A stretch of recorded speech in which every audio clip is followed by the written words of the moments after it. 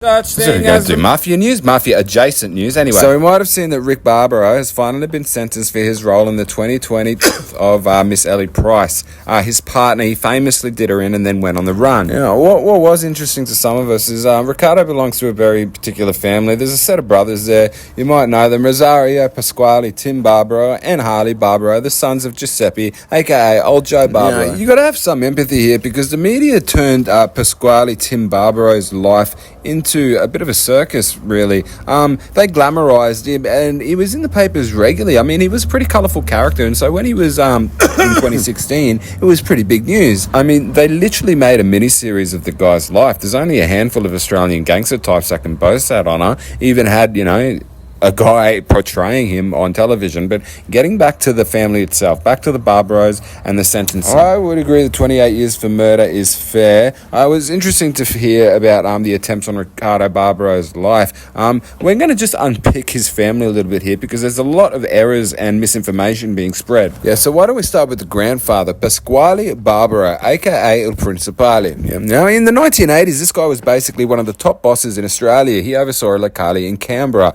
Now, he had a bit of a falling out with the Nerta family, I believe he was married into. Fell out with his wife.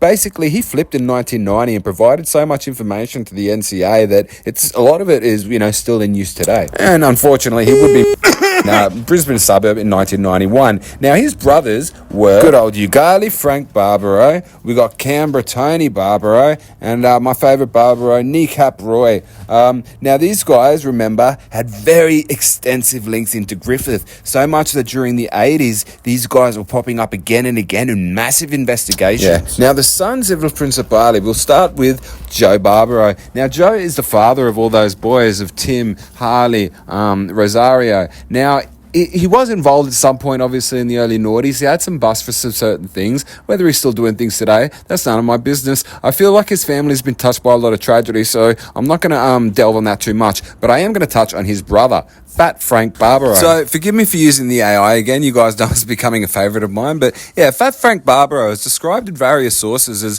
one of the higher-ranking members of a Griffith/Sydney-based Endrin. Now, he has tight links not only to Sydney guys, but also to Griffith, and he's known as a pretty intimidating guy. He's actually got a reputation for throwing his weight around and is known to demand respect to a point where he will fine people if he deems them having disrespected him. Now, we can actually credit Fat Frank with linking up with Arthur Loveday of the Rebels. Now, this is one of the first examples of the Calabrian Mafia hooking up with OMCGs, and Trailblazer in that point. I like to think this may be how it looked like, but anyway. Now, as far as the saga of the other Barbaro brothers, we're not going to get into that right now, maybe another video, but once again, we focus back on Tim. Now, what I've found is some really interesting theories that around the time that he was, there was actually this debt collection going on. Now, this debt was trying to be collected by three guys: Tim Barbaro, his uncle, Fat Frank, and Joe Antoon. And now there's evidence that this debt may have been linked to some Griffith wine growing companies, but we're getting way off track again. Now, I just want to point out before we go that while they might be actually related, this is a different branch of the Barbaro family from Little Trees and Garbo here. So, look, more content on its way as ever. Serps1 at iCloud.com. And always remember,